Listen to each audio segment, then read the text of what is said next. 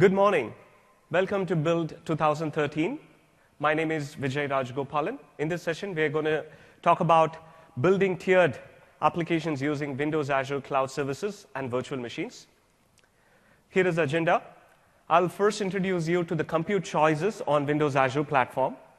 Then we will look at prescriptive patterns in terms of running high availability and high scalability. And we have a great customer evidence in the form of Heineken.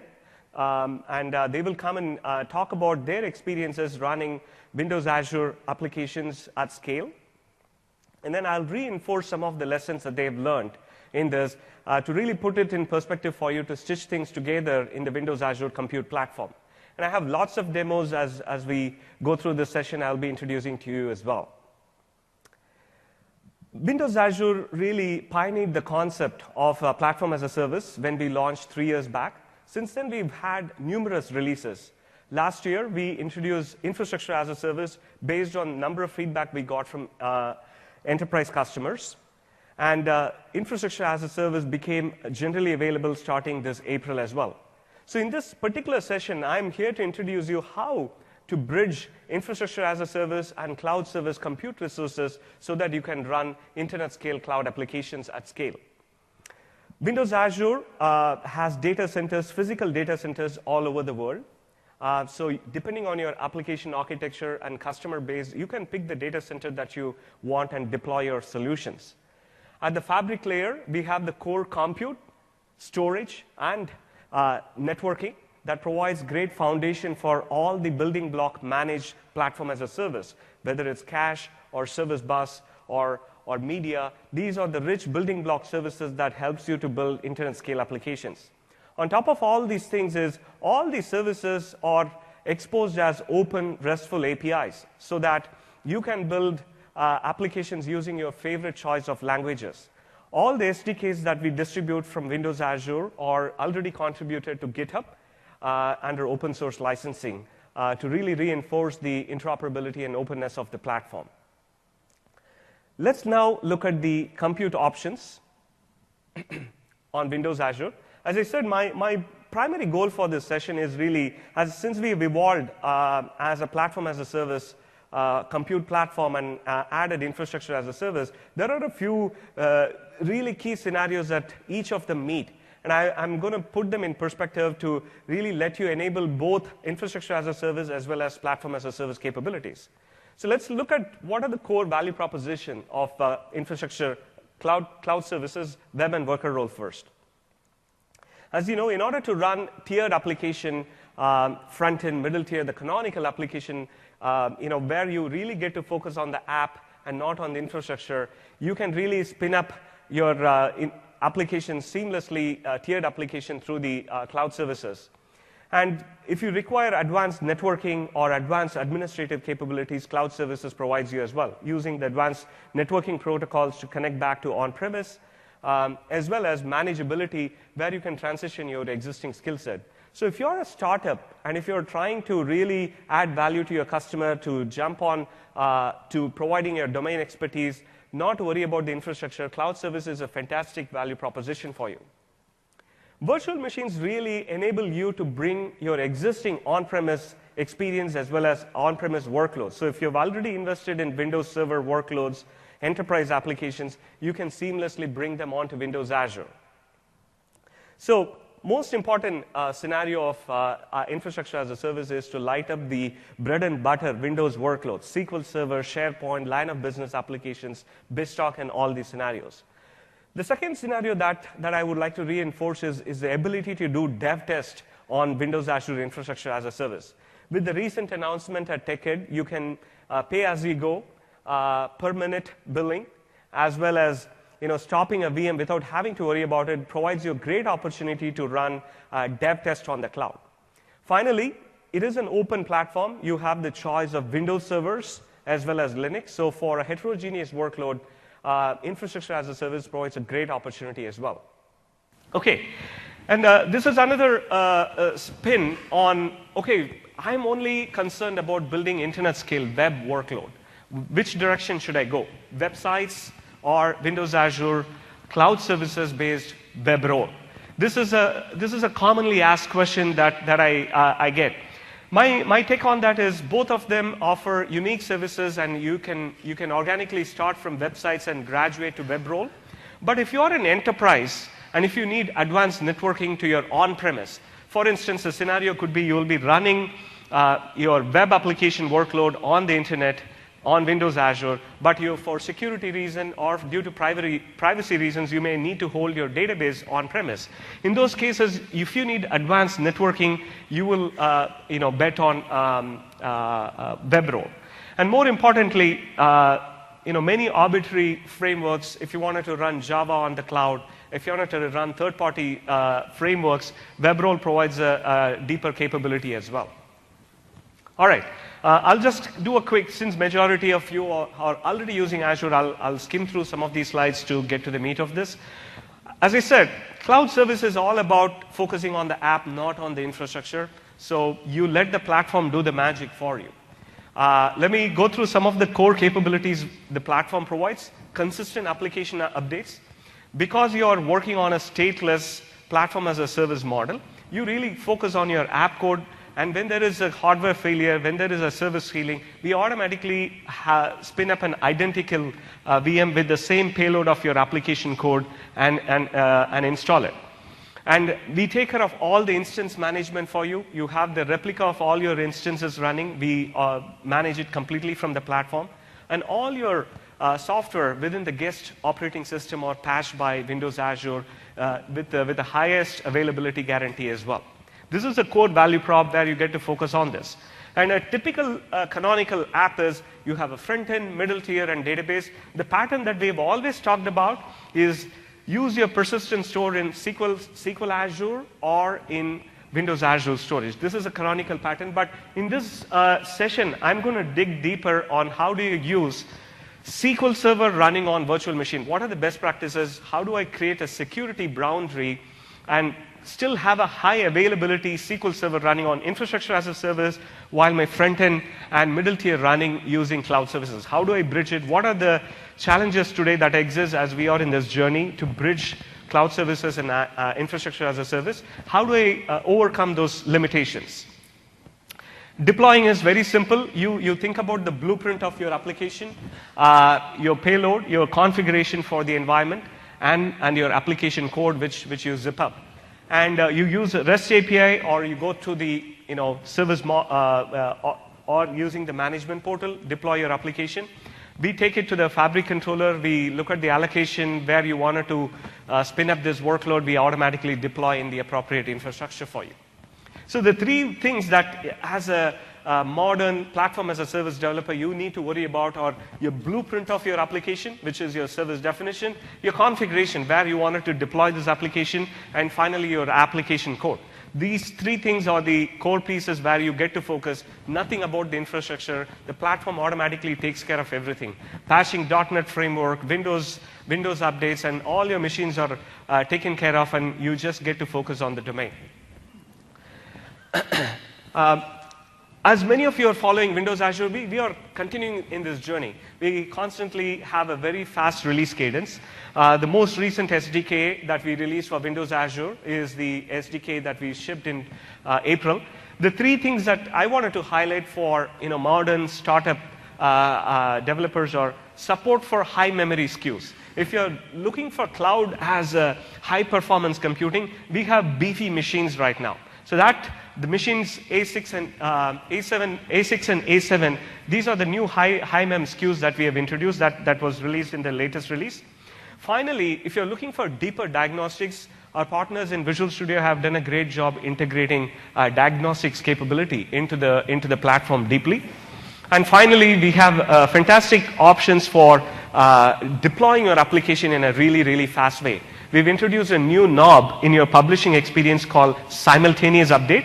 The simultaneous update really helps in a dev test scenario. If you wanted to not wait for the Fabric control to give you availability, it continues to simultaneously upgrade your services. Let me quickly show you so that you have a sense of what cloud services. I'm not going to do a whole demo of how to write a new application, since many of you are aware. I'll touch on the key topics, key improvements that we have done in the most recent release.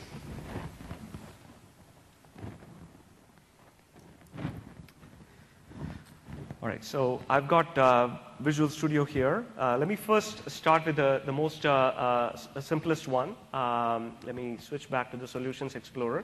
The first one I want to show you is the deeper diagnostic support that we have added here. So when in your application today, when you enable diagnostics as an option, we have a knob here that allows you to specify the logging capability.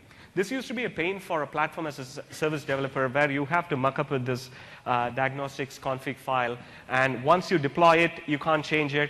We have made it much simpler that you can dynamically change it through the extension model as well.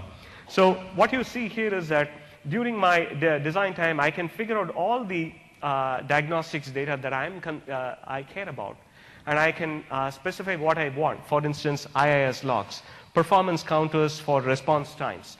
All the things that I want can be included right with this WYSIWYG user interface, and the configuration is captured as part of your application configuration.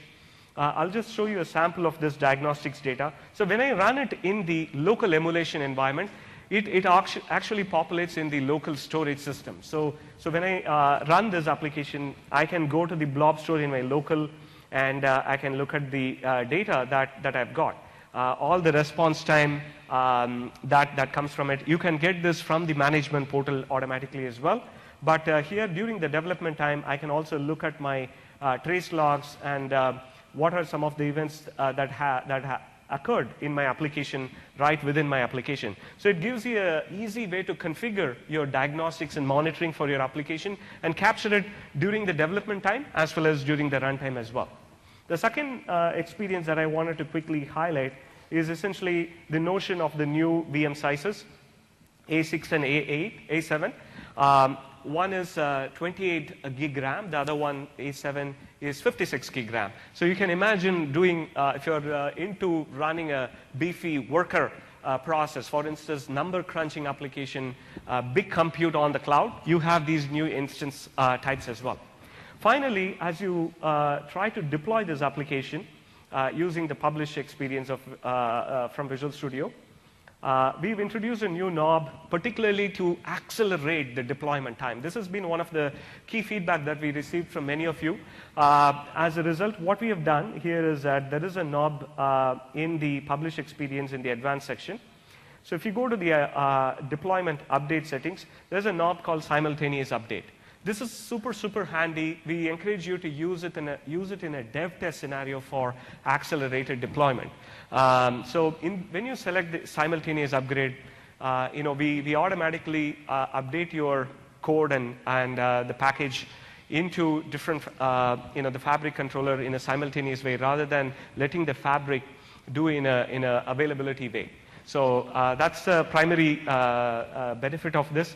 I wouldn't necessarily use this functionality in a production environment, but it's very handy. It really shaves your deployment time by close to about 70%. So these are the three quick things that I wanted to highlight with cloud services. Let me go back to my slide. So as a result, I just want you to leave with the notion that if you are a startup, if you're already sold on Windows Azure Compute, if you don't have any legacy code, I would really recommend you to start with Windows Azure Cloud Services to really focus on your app code rather than on the infrastructure. Moving on to virtual machines. Many of you are already using virtual machine. The key value proposition is existing apps. If you're a Microsoft shop, invested tremendously in Microsoft server workloads, SharePoint, SQL, Windows Azure is the best place to run Microsoft workloads. And we also support Linux, as I mentioned earlier. So if you have a heterogeneous workload, you can run it on Windows Azure. So what do we bring? When do you use virtual machine versus cloud services? If you have a lot of Windows workloads, line of business applications, you can transfer all of them nicely to Windows Azure. You can bring consistently your IT experiences. Your administrators, operators within on-premise can easily transition all their skill sets to Windows Azure. We have a deep support for PowerShell to deploy your application in Windows Azure as well. Key server workloads. You will see all the server workloads shortly. And most importantly, as I mentioned, there is no lock-in here. You can move back and forth between on-premise and Windows Azure seamlessly, because the VHD itself is stored in your storage account. You can download it, and there is no lock-in completely. And high availability features, that's another critical piece for running SQL Server with a high availability mode, SharePoint in a production mode as well. Advanced networking, we recognize the need for customers having to connect to on-premise and having to connect to heterogeneous cloud services across cloud vendors and within Azure. So we have very deep advanced networking. In fact, the core of the meat of this talk will focus on that. How do we bridge cloud services, which is platform as a service, and infrastructure as a service? So we currently support many of these server workloads. So if you're an existing Microsoft shop, I think Windows Azure is a great place to run your application workloads. In TechEd earlier this month, we announced some fantastic offers for dev tests specifically. I think that makes it even more a stronger value proposition for running your dev test experience on Windows Azure. Let me walk through some of them. But I highly recommend you attend a session on Thursday at 2 p.m. My colleague Drew is giving a talk, specifically do a deep dive on dev tests. What are the best practices? What are the offer types? If you are an existing MSDN customer, how do you transition? All these things will be answered. I encourage you to attend Drew's session. So some of the key announcements we made at TechEd are basically, no charge for stopped VMs. This is a perfect scenario for dev tests. Thank you. We should have done it long back. So particularly when you are doing a large enterprise development, the classic canonical scenario we hear is offshore development, on-premise, onshore development. You can stop a VM without having to worry that you are getting billed. That's a very key scenario for dev test. The second scenario is per minute billing. This is another, in the past we used to round off to an hour. Now we are rounding off to a minute, which is really, really a great benefit for you to save a lot of money as well. Thank you. Finally, you translate all your MSDN rights for these server workloads to run on Windows Azure. Not only that, we have made it so easy with if you're an existing or if you're planning to subscribe to MSDN, there are great offers for different denominations of MSDN. We give you monthly credits. That itself is enough to run virtual machines for dev tests on Azure. So imagine that. I think if you're an MSDN customer, if you're not running Windows and Windows Server workloads on Azure, you're missing something. So I think it's a very natural process if you're trying out cloud for dev tests. Absolutely, you should leverage MSDN offer and move your workload on Windows Azure. I think for the sake of time, I may really quickly do a demo for people who haven't seen virtual machines from the portal, but I will zip through this one as well. So essentially, I just want to show you a couple of points. I talked about no lock-in. Bring your own VM scenario, which is what I am planning on showing right now. So when I start a Windows Azure virtual machine, I go to the gallery.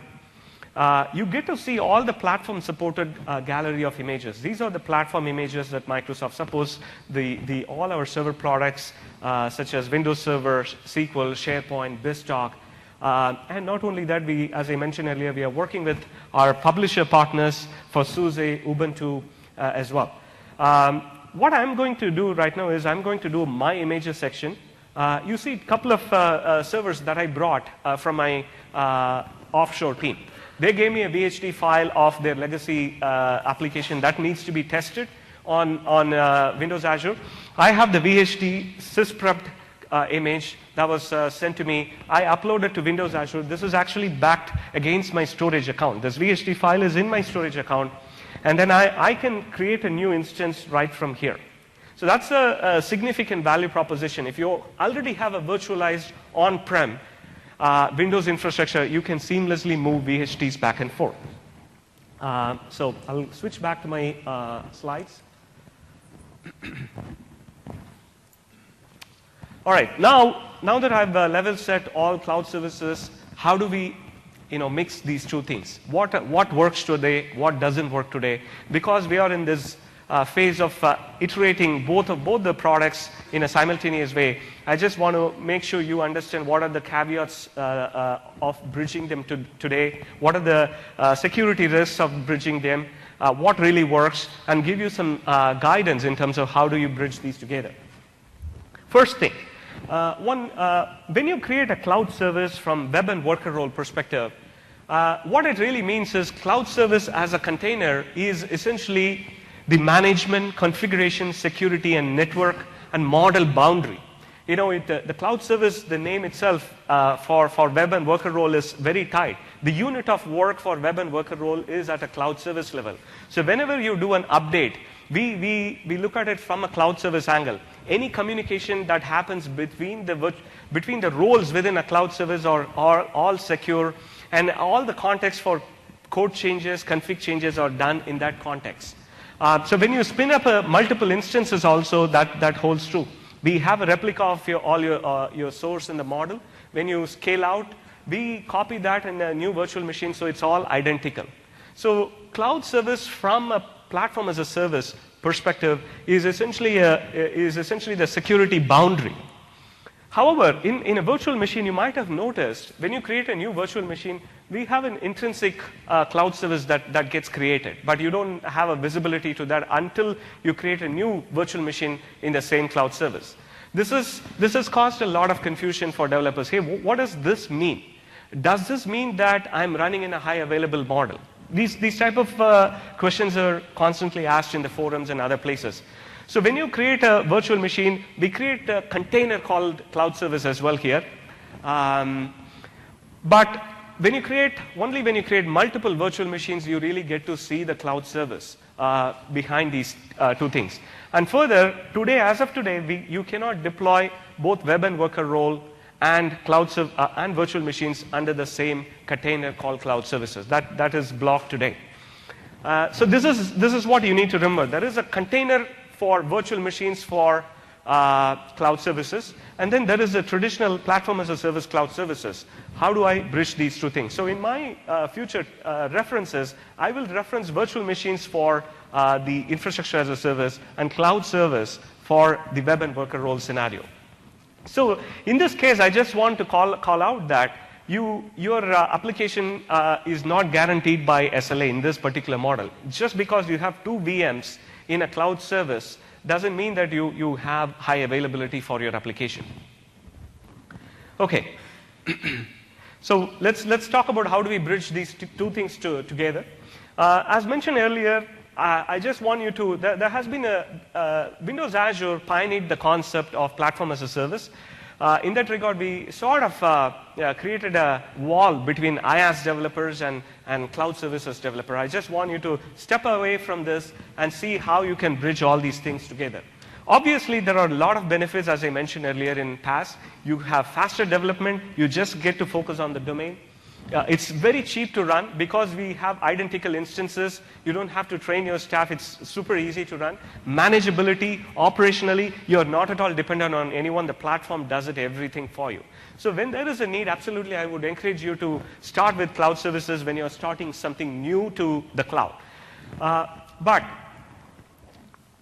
connecting these cloud services and virtual machines today is slightly tricky. I want you to leave with 3 patterns today that really works that I will show with a lot of demos as well. The first pattern is well known. You connect cloud services and virtual machines over the internet through the virtual IP. This is essentially just like connecting web and worker role to Windows Azure storage using the SAS key, or connecting web and worker role to SQL Azure using a connection string. You're going over the internet, going over the load balancer. This, in some cases, may not be the best security practice. In large mature IT organization, they don't recommend putting a SQL server in your DMZ zone, in the web. You need to protect the SQL server. So this, if it works for many organizations, this pattern is something that we have prescribed in the past, connecting to SQL Azure, connecting to storage and others. That works already. The second pattern, I will go deeper, which is you have a cloud service running, you have a virtual machine running under a cloud service container. Hey, I want to stitch them together so that I have a really fast connectivity, secure connectivity between them. You can take it further to connect to your on-premise also, which is not something I will cover today. I'm going to cover how do you connect public cloud to public clouds running on Windows Azure using different compute technologies. Finally, many of you have asked for, hey, dev test is great, but I don't want my IT team to learn a lot of things and do the development in an insecure way. We are doing a lot of projects for our clients. We wanted to do the SQL Server development in a secure way. I want my dev team to know that they are connecting to a server around the corner. I just want to have a point-to-site connectivity in a deeper way. So that's the third pattern I will be talking about as well. Okay, the first one, as I said earlier, it's not new. It's very straightforward. You are connecting cloud service to IaaS, virtual machine, using the public virtual IP. Obviously, it's simple. I just wanted to, I want you to leave with the benefits of this. The first thing is that your database team or the team that's running on IaaS is separated from your, the modern web and worker role team. Both teams can iterate on their own cadence. It is so simple.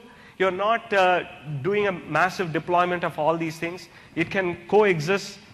Many of the platform as a service capabilities you can leverage. For instance, in a typical stateless scenario, you just whip swap between your staging to production slot. Those things you can continue to exercise. When you mix stateless web and worker role with a persistent VM, these things becomes very tricky.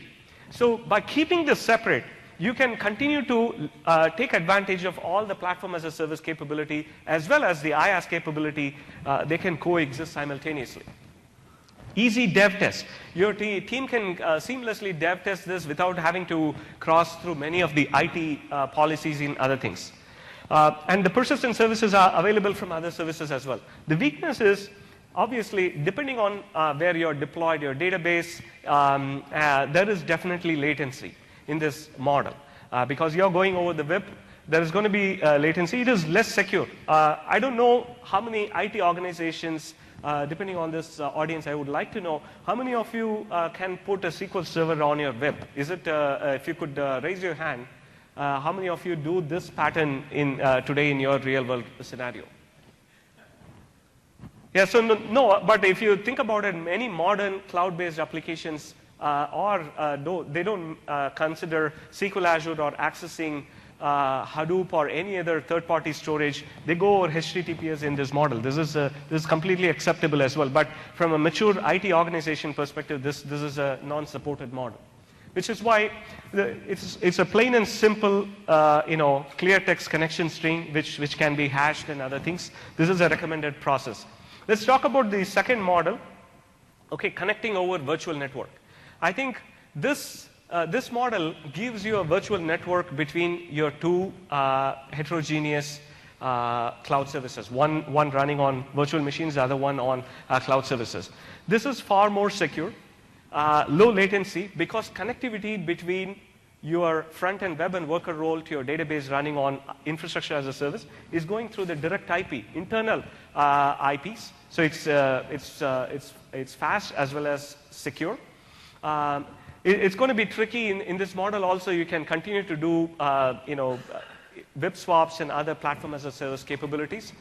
The VNet learning curve is the one that you need to go through. Many of non-sophisticated IT organizations will have tougher time learning how do I, without the help of a network administrator, how do I set up VNets? How do I deploy this into VNet? How do I educate my developers to deploy into a particular VNet? This is a concept that is evolving in the platform today. We don't have a lot of sophisticated tools to make it easy as of today. So I will show you some tricks how you can do that. So before I do that, I'll jump onto the demo so you'll get to know all of them nicely. I'll quickly come to this slide also later. The final one, as I mentioned earlier, how do you do secure development? I want all my on-premise developers who are working on a very secure project with the database in a safe mode. How do I establish the VNet-based point-to-site connectivity so that my machines are connected in a secure way? This is the third model. This is really, really powerful for dev test scenario, and most importantly, for moving large databases, doing database application development, where you have to move bulk copy data and other things that requires high bandwidth. This is a best method for doing dev tests as well as secure database development as well, where the sensitivity of the data is important. So let me jump onto the demo so you will know all of them first. So how do you maximize the best of compute on Windows Azure is the goal of this demonstration. Before that, I will first go through the simplest thing. So what I'm going to do is essentially I will show you two services running here. If you look at my virtual machine, I have the build SQL. This is right now it is a single instance virtual machine, and I also have a cloud service that is called the build inventory web tier. These need to be they were developed by two different teams. I now need to make sure that they talk to each other in a secure way, and I need to know how to do development as well. That's a goal behind it. So these are all deployed already. The way you do this is essentially by creating a virtual network, and it is quite straightforward to do it. You can create a virtual network. I'll give it a friendly name here.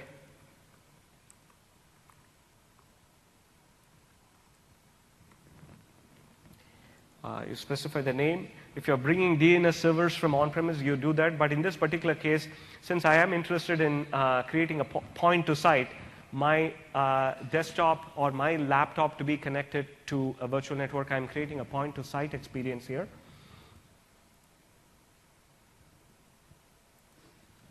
And then I will add subnets. I'll add address spaces here. I'm going to pick this one for now, the default option.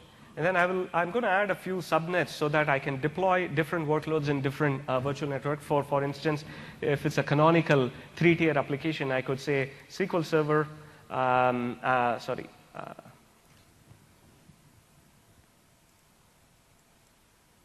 just a second.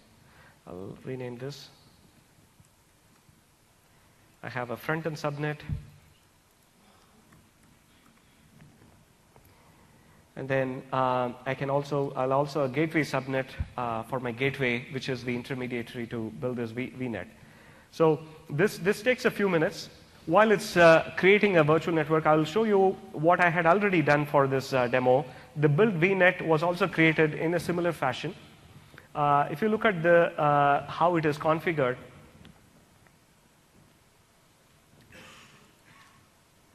as you can notice here, the build SQL virtual machine is deployed into the SQL subnet, which is my infrastructure as a service. I also have a Hadoop-based big data compute that's running on a virtual machine in an Ubuntu VM, which is also deployed in the middle tier subnet. And then I have a web role with multiple instances deployed into a front-end subnet.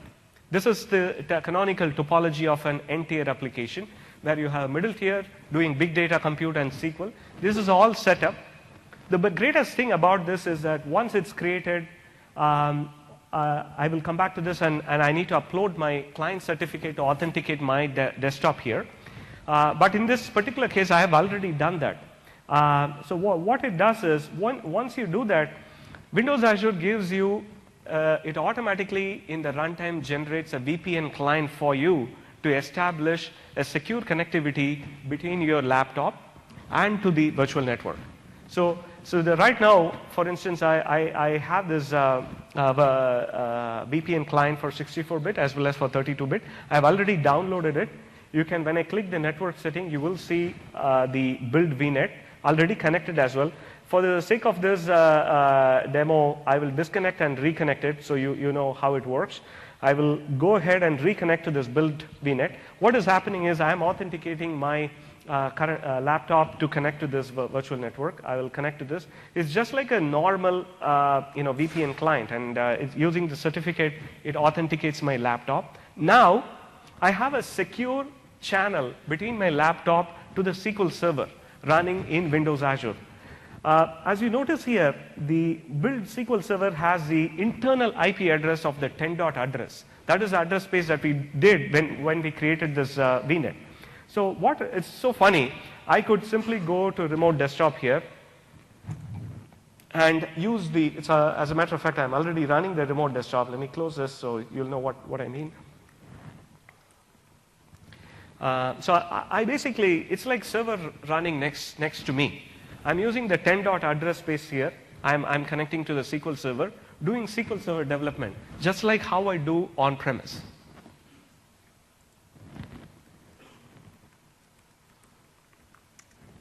I can move large data. I'm not going through the public infrastructure in Windows Azure to connect to it and uploading large amount of data over HTTP or doing computation using SQL Management Studio from client to the server running in the cloud. I'm having a direct connectivity to this box.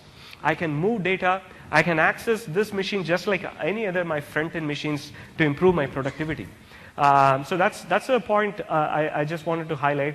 Because of which, when I go to Visual Studio, in the Server Explorer also, I can see this machine as a first-class machine right next to me. I can go to Management Studio and look at all the tables and process all the SQL Server related work right within my IDE as well. Finally, let me show you another fun thing here. Because I'm running this application, I could run it in the local emulation environment.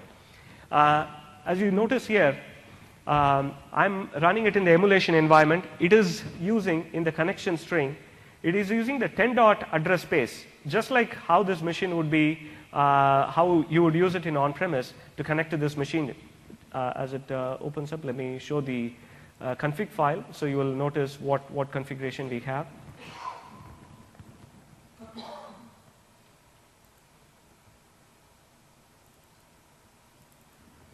So as you notice here, the connection string for this is just a 10 dot address space.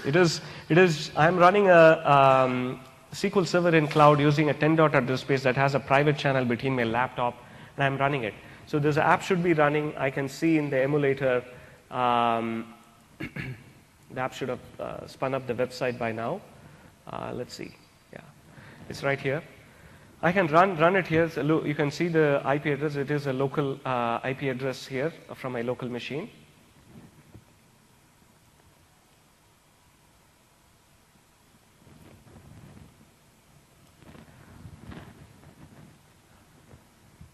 Hope it will run. Okay, good. So it is accessing data from the cloud through my local IP address running from the emulator. I can also show you the same application running in the cloud, which is already deployed right here.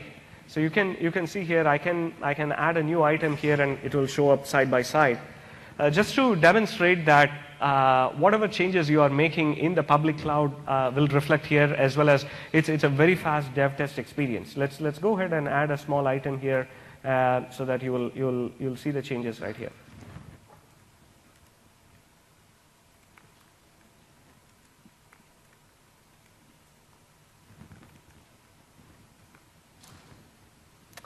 Let's put some dummy data here. All right, if it's added, I'll go ahead and refresh here. This is our live emulator running against the same database as well. Did I click create? I hope it created. Let's go ahead and refresh it. Good.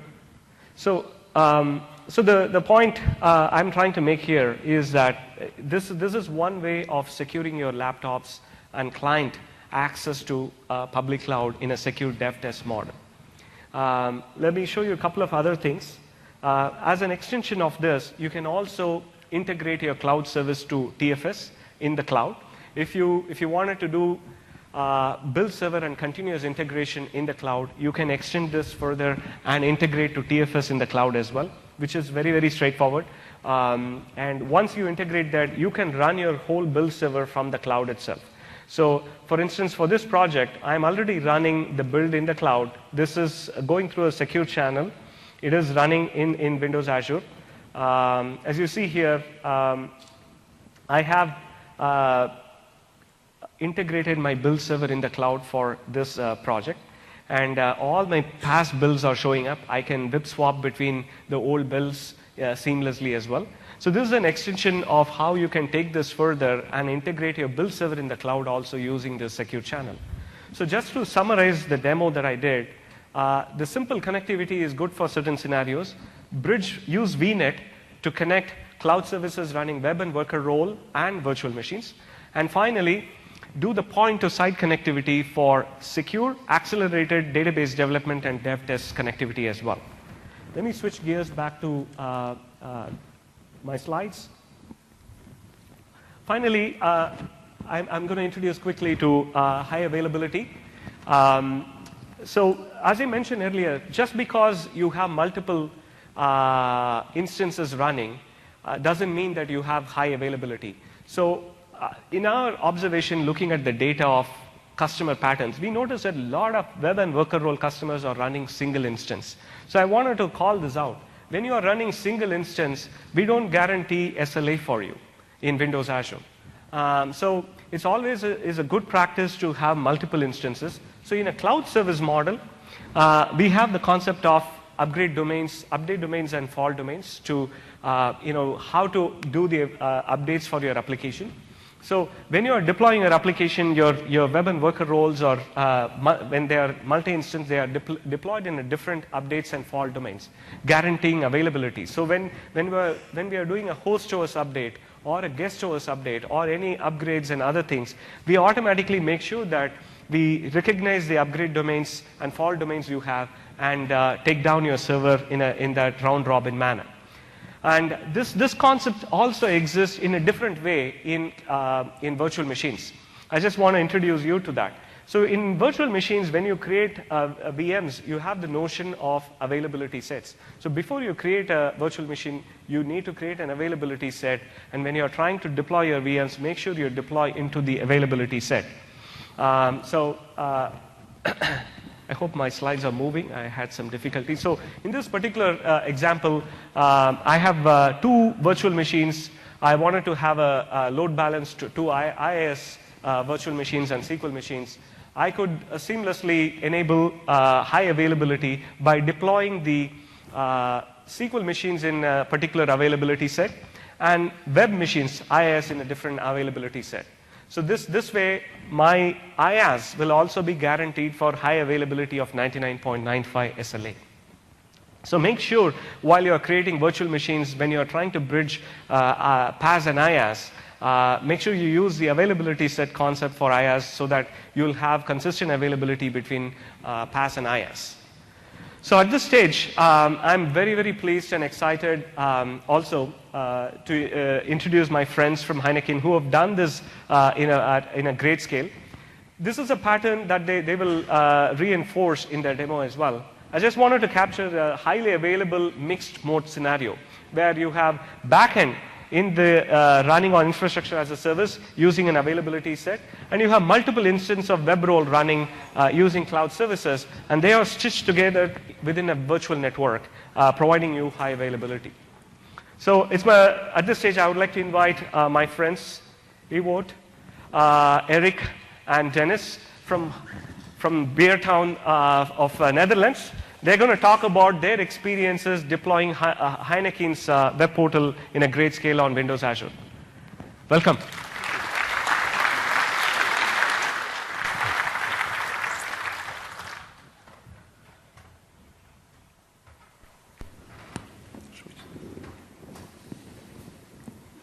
Okay, thank you. Yeah, so that's us. My name is Ewout Barendrecht. I'm the manager of the web center in Heineken at the head office headquarters in Amsterdam. And we're a team of 20 people, project managers, consulting, and we help our global brand teams with their digital initiatives. We have Eric and Dennis, and they'll introduce themselves shortly. So. Video.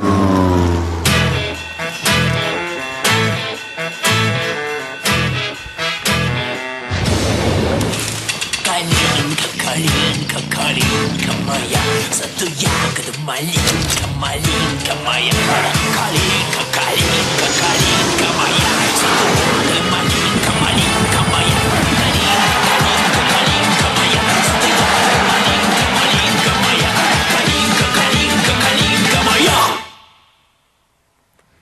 Yeah, that should make you thirsty, right? So, yeah, so and what does it have to do with Windows Azure? Well, I'll tell you all about that. First, I'd like to tell you that I'm very excited to stand here before our target audience. So, mostly men of legal drinking age, resourceful, open to new experiences. So, I'm very happy about that. So, yeah, so the video that you just saw shows the man of the world. So that's what we that's our big thing. So let me just look at my notes. Yeah, so indeed, this is the video of the TV commercial from our campaign, the latest campaign, the Road to the Final. And the Road to the Final is the campaign for. Can we go to the next slide? Yeah. For the UEFA Champions League soccer games. So one of the things we did in this campaign is create an online game. It's a simple pinball game. But the idea is here that you connect to all your Facebook friends and you challenge them to the game. And one of the complicated things here is that we do not have one high score, but the high score is always computed relative to your friends. So, yeah, then usually what, I don't know if you work with your marketing colleagues, but usually when they have a great idea, they're really enthusiastic about that. And then they don't care about technical details, right? So they came to us and they said, well, we have a snag here because we want to get maximum traction to this game. We're going to ask a few of our celebrities that we know to tweet about this. And all of their followers will go to the site. So we said, so how many concurrent users do you expect? They don't know the concept usually of concurrent users, but so how many people will come to the site? We don't know. Maybe 1 million people at the same time. So that's pretty complex. And then they came to us and they said, you just have to make it work, right? So what does it mean here? We have a flash game. The flash game needs to connect with every session to Facebook, get all your friends, compute the relative high score, the leaderboard. It needs to be available across the globe. I mean, we sell beer in 178 countries, so everywhere it must be available and it must be fast, right? So, well, I guess you can see where we're going with the Azure thing, how we use that. So why did we choose Azure? So, of course, it's a cost-effective solution for us to scale quickly. We used the capability to provide low latency across the globe by not only by using the CDN, but also having the application run simultaneously in 4 data centers. And yeah, we have peace of mind. We load tested this heavily, and in essence, finally we had a great campaign running on the Azure platform. So we can safely say that the Azure platform is really good for these global scale campaigns. So with that, I'd like to introduce Dennis, who helped us envision and create the architecture for this. So I'm Dennis Mulder. I work for Microsoft and help Heineken on several of these projects. What I'd like to illustrate with this is the architecture behind this at a fairly high level and walk you through that, and then Eric will take over and show you some things running in Windows Azure.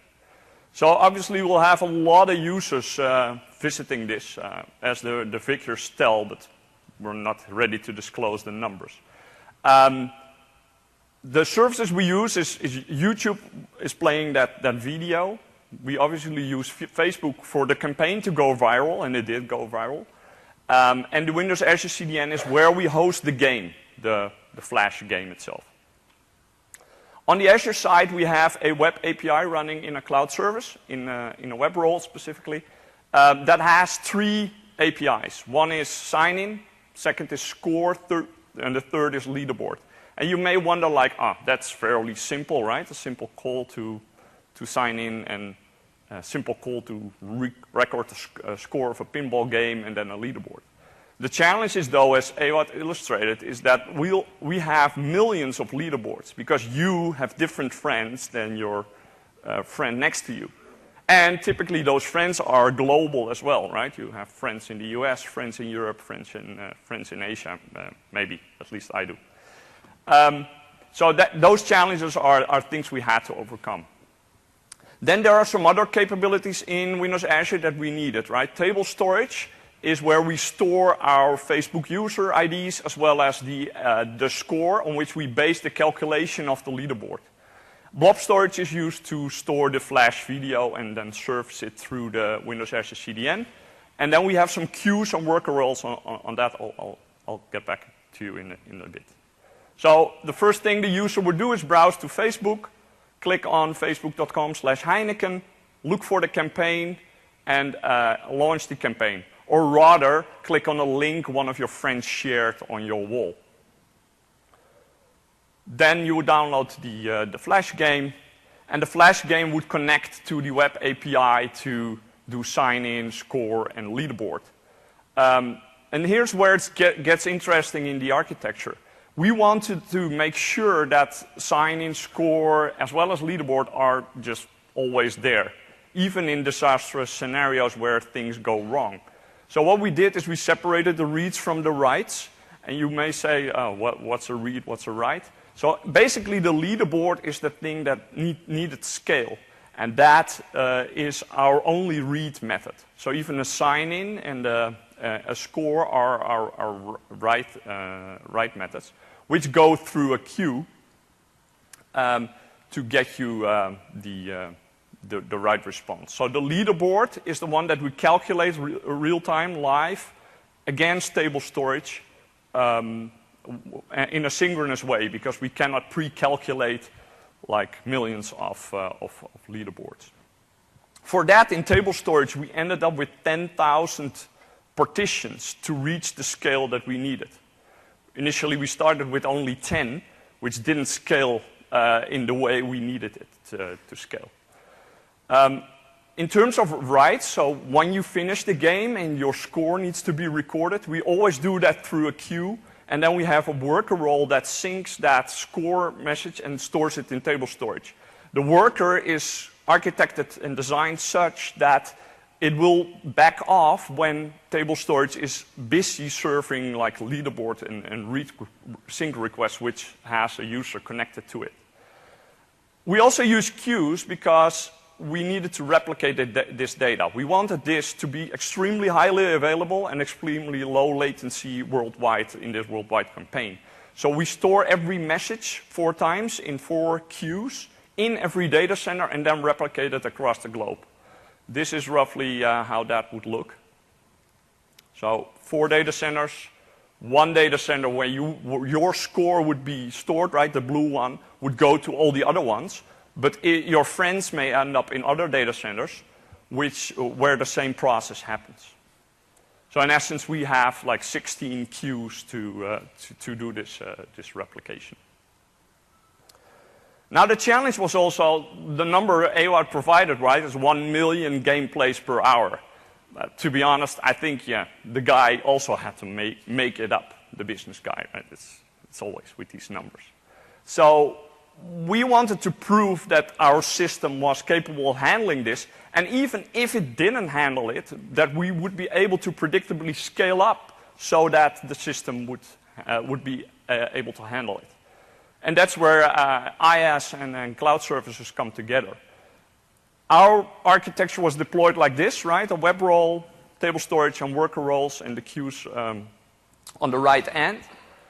We deployed a Visual Studio load testing cluster in Windows Azure Virtual Machines to run multiple load tests to incrementally improve on our architecture, improve on our code to land on the 1 million game plays per hour, which is what our target was. And then we knew basically which size of machines we had, how many API calls we could handle per machine so that we could predictably scale to the 3 other data centers. I think this is crucial when doing Windows Azure development. I run into a lot of projects on Windows Azure, and there are still people that think that a non-scalable app scales in the cloud. Well, I can guarantee you that's not the case. Make sure you do scale testing on this. Even with our architecture, we spend a lot of time there. We hit it on some bottlenecks. Initially, our bottleneck was in table storage because we didn't have enough partitions. You only find this out when you do some scale testing at the scale you anticipate in production. So with that, I'd like to hand over to Eric to show us some coolness in the Windows Azure portal. Hi guys, my name is Eric Jensen. I work for Heineken as a technical consultant. So I can make these great campaigns come alive. I'll show you the Windows Azure portal so you can see what we have running here. See if I'm still logged on. Okay, so now you're looking at the production environment of the campaign you just watched and saw Dennis explaining. I filtered the subscriptions out, so this is only production. So first have a look at storage. What you can see here is the different storage accounts that we have for this project. We ended up having 6 different storage accounts per data center, so we could leverage the performance that the storage accounts give us if we divert them, how do you say, multiply them. So on cloud services, here you can see our geographical replication going on. These are the 4 cloud services that are doing the computing, Eastern Asia, East US, and so forth. So we'll have a look at Northern Europe. As you can see, we have quite a little bit of compute going on there. This was mainly because of the load testing that we did, Dennis just talked about. We found out that for the web role, it was best to have a medium-sized instance, and for the sync workers, we needed several small instances to get the queues empty. Of course, if you look at the scaling, this is what we leveraged when we were live. Of course, here we would have the possibilities to scale stuff up and down as we went, which we did around marketing initiatives and social virality. Let's have a final look at the. Okay, don't want to save this. The virtual machines. So this is actually the load test rig. This is where we installed the virtual machines with Visual Studio Test Center on them. So we could highly scale this up, delivering us the power needed for doing the load test. Imagine doing a load test on 1 million per hour. That's hard to do from your laptop. You're not built when it's in a stop mode. Exactly. So this is. You want to say this? So as VJ is saying it, we've stopped these VMs. So they are there for us to leverage if we need updates and stuff. But they're stopped now, so we don't pay for them since early June. Okay, let's get back to the slides.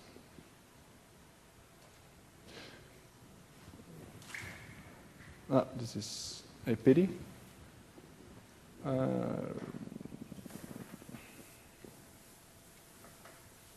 Yeah, well, so it doesn't matter. The slide is broke. But what I want to give you is, like Dennis is saying, we had some trouble leveraging the scalability. So we went from 7,000 an hour to 1 million in an hour.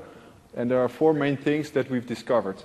One of these is don't use complex OR queries. So if you need more records from table storage, just do them just make separate queries and not do a lot of OR queries on them. The other one is make many partitions. Like Dennis was saying, we did 10 partitions at first and ended up with 10,000.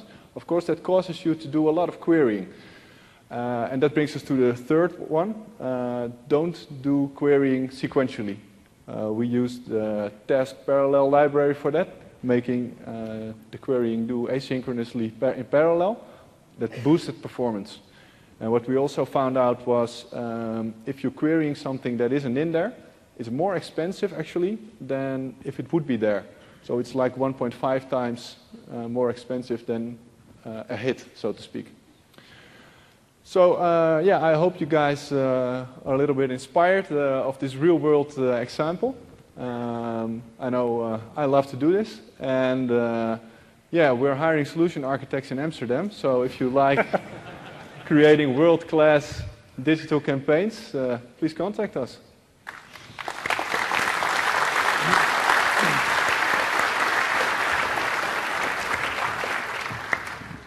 Thank you, guys. Thanks to the brewers. And by the way, the last sentence wasn't rehearsed. So anyway, while they were doing it, I just wanted to reinforce a few points that they captured, essentially. So basically, make sure you design for scale. Whether you're going in the infrastructure as a service or platform as a service, make sure you architect for scale. And availability, make sure you understand what is, what is covered under SLA. You know, in the Heineken example, how they managed to provide high availability for leaderboard and high transaction scorecard scenarios, and certain scenarios that doesn't require such an amount of SLA, you architect it in such a way and deploy in a different manner where you're not concerned about high SLA. And interoperability, use open APIs so that it can be plugged and interoperable across the clouds as well. And finally, it's most importantly, make sure it's operations ready. As you move into a paradigm shift into the cloud, when you're stitching things together, how are we going to manage? Your on-premise administrators are using some of their homegrown products and System Center and others. In the cloud, some of them are deployed differently. So make sure you think through the operational aspect, live site, supportability aspect as you're designing the application. I will switch back to my demo for a second because I didn't get to complete one point, but it is still creating. Remember the virtual network that we created that I was planning to connect to my laptop. I also, while the demo was going on, I also started the gateway. And once this is done, it will, and I need to upload my root certificate using the certificate option. And after that, just like the previously built virtual network, you will see the VPN client option on your right-hand side, just like that. I'll just show you in the previously configured one. This is important for you to know. And after that, you can download the VPN client and connect to the SQL Server running in the cloud seamlessly. It is taking a little longer than anticipated. Usually, the gateway takes about 6 to 7 minutes. It's taking a little bit longer. The other thing that we didn't cover is today it's remember the second pattern that I talked about, how do I stitch cloud services, web and worker role, and virtual machine? It requires some advanced network settings. This part, we don't have great tooling today. So we have a good documentation around it. When you are trying to deploy your application, if you need to deploy into VNet, you need this configuration in your cloud service configuration file. So as you notice here, I'm deploying this web and worker role into the build VNet virtual network. And I want the front end to be deployed into the associated with the inventory web subnet group. And I have created the subnet called front end as well. So this role is now bound to the front end subnet. That's what it means. This portion, we don't have tooling and effective documentation today, and which is one of the reasons a lot of cloud services developers are unable to deploy. And we will make sure there is good tooling in the future as well. So please remember that before you deploy your cloud service, you need to have this in order to deploy into a virtual network. And after that, your virtual network and virtual machines deployed onto the same VNet can talk to each other in a secure manner. So those three patterns I would like you to leave away for bridging Windows Azure compute from IaaS and cloud services perspective. Switching back to the slide, just one last thing. There are a couple of good sessions today. I talked briefly about the diagnostics capability in cloud service. There's a talk by my colleague Boris later today, I think. It's 5 p.m. Please attend it. That'll give you a very deep dive into how do you troubleshoot cloud services, the integration of Windows Azure Diagnostics module, that part. And tomorrow, there is a session focused on dev test. It's pure IaaS. If you wanted to maximize your IaaS investments, if you're a Windows shop, and if you're a MSDN customer, how do you do that? That'll all be covered in the second session as well. So with that, I take this opportunity to thank you all for listening, and I'll be around for if you have any questions. I think we are slightly out of time right now. Thank you again.